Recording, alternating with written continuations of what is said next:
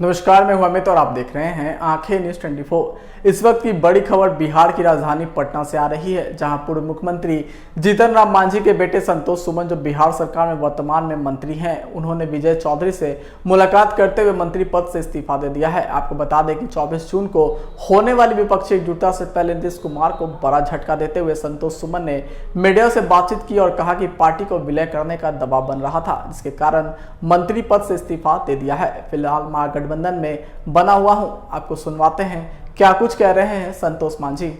कि मैं मंत्री पद से आज रिजाइन दे दिया। माननीय मुख्यमंत्री जी को मैंने चिट्ठी लिख करके उनको सूचित कर दिया। विजय चौधरी जी माननीय मंत्री जो है उनसे मिल करके अपनी बातों को रख करके हम रिजाइन किए हैं और हमारी पार्टी ने तय किया है कि हम लोग संघर्ष करेंगे और संघर्ष का रास्ता अपना करके हम लोग आगे अकेला चलो की भी राजनीति कर सकते हैं। अभी महागठबंधन से हम लोग अलग नहीं हटे हैं, लेकिन हम मंत्री पद से रिजाइन कर दिए हैं। बाकी बातें आगे होगी, हम लोग जब मीटिंग करेंगे बात करेंगे कि हम लोग के आगे की रणनीति क्या होगी, हम लोग क्या किस विषय पर हम लोग को चलना है, क्या करना है, किसके साथ रहना है, ये बातें होंगी। लेकिन आज की स्थिति यही है कि मैं अपने पद से रिजाइन कर दिया हूँ और माननीय मुख्यमंत्री जी से आग्रह किया हूँ कि मेरा जो रेजिग्नेशन है वो स्वीकार कर लें। आज यही बात है। आप सबको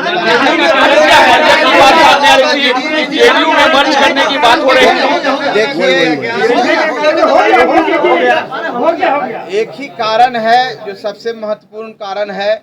हम लोग की पार्टी, आप लोग देखे होंगे कि हम लोग ने यात्रा को कैंसिल किया, जो हमारी दरभंगा की प्रस्तावित यात्रा थी कैंसिल किया। उसके बाद कोर कमेटी की मीटिंग की, हम लोग कई एक राउंड की बात हुई। साथियों, मैं आप सबसे एक बात कहना चाहता हूँ, हमारे पास एक प्रस्ताव आया था। वो प्रस्ताव था मर्ज करने का, पार्टी का विलय करना जनता दल यूनाइटेड में था।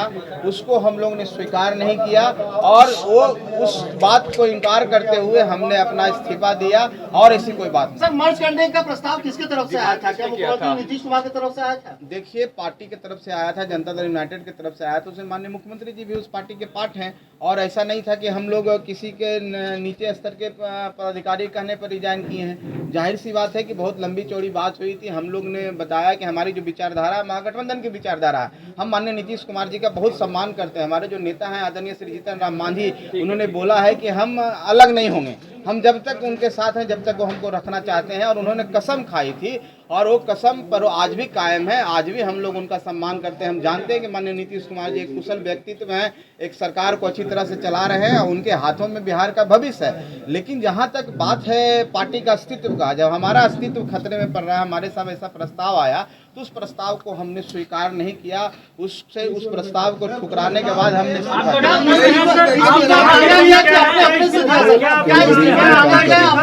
जाने की तैयारी का कदम है। देखिए, जब बात है कि आप महागठबंधन में हैं और आपको बोला जाए कि आप विलय कर जाइए, विलय कर जाइए, तो विलय अगर हम नहीं करना चाहें तो हमारे पास क्या उपाय है? हमारे पास एक ही उपाय है कि हम अपने पद से रिजाइन करके हम अलग होते हैं, हम विलय नहीं करें। स्वेच्छा से दिया या दबाव था आपके ऊपर?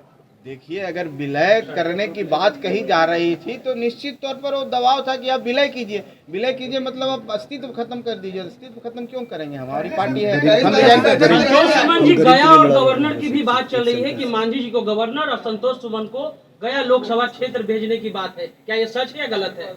देखिए, गवर्नर की बात तो बहुत पहले भी हुई है। ऐसी बातें आप चलाते रहते हैं, ऐसी कोई बात नहीं है कि गवर्नर की बात हुई थी। हम एक लाइन में आपको कहना चाह रहे हैं कि हमारी पार्टी के अस्तित्व जो है उस खतरे में था, उसको बचाने के लिए हमने काम किया। आपकी पार्टी को मर्जर करने का प्रस्ताव ये पहली बार नहीं था। इसके पहले भी जीतन राम मांझी से मिलकर जब मुलाकात हुई थी नीतीश कुमार की तो उस वक्त भी हुआ था। आज इस बार ऐसा क्या हुआ कि आपको लगा कि नहीं?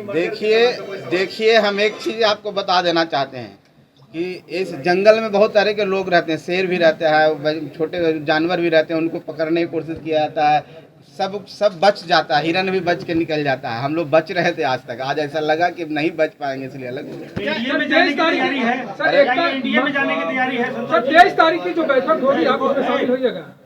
अरे, जब हम, आप सबको पता है कि हम लोग को बुलाया ही नहीं गया, हम लोग का पार्टी का अस्तित्व को कोई रिकॉग्नाइज ही नहीं कर रहा था, कहाँ से बैठक में बुलाया जाएगा? जाने की तैयारी क्या हो रही है? देखिए, वो आपका विषय है, आप क्या सोचते हैं। अभी हम लोग ने ऐसी कोई हमारी बातचीत किसी से नहीं हो रही है। हम कहाँ जाएंगे नहीं जाएंगे, हम इंडिपेंडेंट पार्टी, हम अपना अस्तित्व बचाने के लिए सोचेंगे। हम तो अभी ऐसा नहीं सोच रहे, हम महागठबंधन में आज भी रहना चाहते हैं।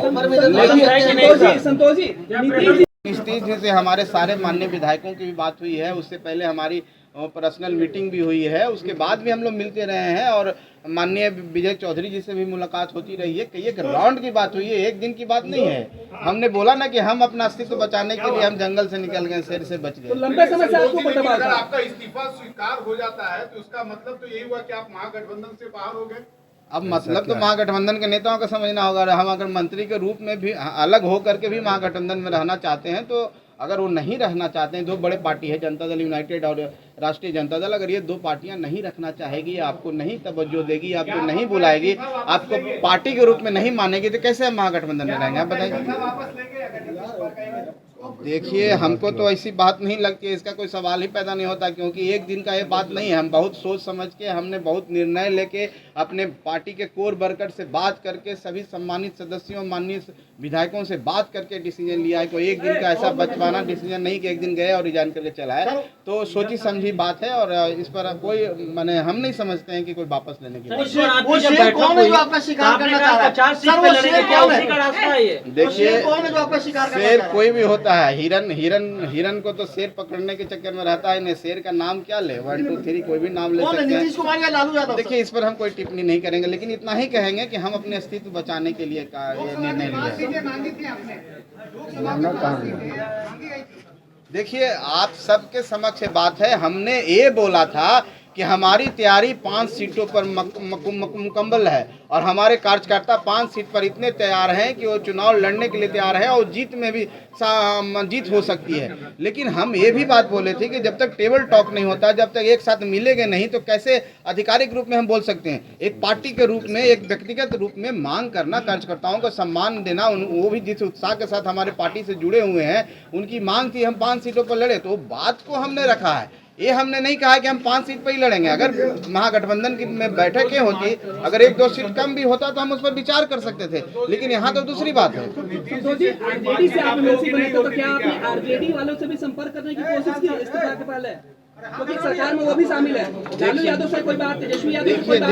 देखिए, हम एक बात कहना चाहते हैं। हम लोग जहाँ रहते हैं पूरे मन से रहते हैं और पूरा निस्वार्थ रहते हैं। हमारी जो इस चुनाव में बात हुई थी, जनता दल यूनाइटेड के साथ हुई थी। हम लोग का गठबंधन जनता दल यूनाइटेड के साथ था।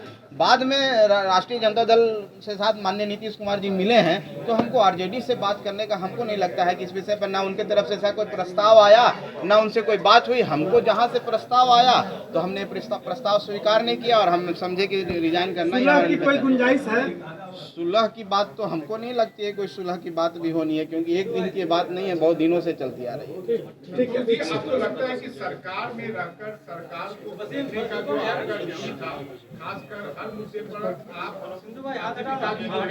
वो सरकार की आलोचना करते थे, राज्यपाल से मिलते थे, केंद्रीय गृह मंत्री अमित शाह से मिलते थे, वो आपको लगता है कि अच्छा, एक चीज आप एक बात आप बताइए कि राज्यपाल से मिलना कोई गुनाह है क्या?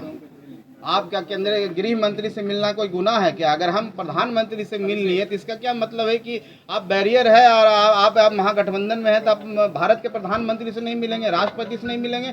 अगर जनहित के मुद्दों के लिए आप मिलते हैं और किसके लिए मिले थे, आपको पता होनी चाहिए कि हमारी दशरथ मांझी जी को हम लोग भारत रत्न दिलवाना चाहते हैं। उसके लिए हमारी एक टीम गया से पैदल यात्रा की थी और दिल्ली तक गई थी। वहाँ पर महामहिम से, राष्ट्रपति महोदया से हम लोग समय मांगा, उनका समय मिला रहा। प्रधानमंत्री जी से समय मांगा गया, उन्होंने बोला कि मेरा विषय है, गृह मंत्री से मिलिए। तो गृह मंत्री से उनके ऑफिस से आया हम लोग को मिलने का। हम लोग ने गृह मंत्री से समय मांगा ही नहीं था। अगर आप लोग पता कर सकते हैं, आप मीडिया के साथी आप पता कर सकते हैं, तो किसी से मिलने से अगर हम छोटी पार्टी हैं तो हमको बैरियर लगा दिया जाएगा। हम मिलने, राज्यपाल तो इस गार्जियन होते हैं संविधान के, स्टेट के। अगर आपने अभी तक हमारे चैनल को सब्सक्राइब नहीं किया है तो हमारे चैनल को जल्द से जल्द सब्सक्राइब करें, लाइक करें, शेयर करें और कमेंट करें। क्या आप पत्रकारिता के क्षेत्र में अपना कैरियर बनाना चाहते हैं? तो आज ही royal Ashoka institute of mass communication and journalism में अपनी जगह सुनिश्चित करें। आर्यभट्ट ज्ञान विश्वविद्यालय पटना से मान्यता प्राप्त 100% प्लेसमेंट के साथ royal Ashoka institute of mass communication and journalism नामांकन जारी है। हमारा पता है DS/16 गायत्री मंदिर के समीप, कंकड़ बाग, पटना 8,20,000। आप हमें संपर्क भी कर सकते हैं। हमारा मोबाइल नंबर है 9955456126।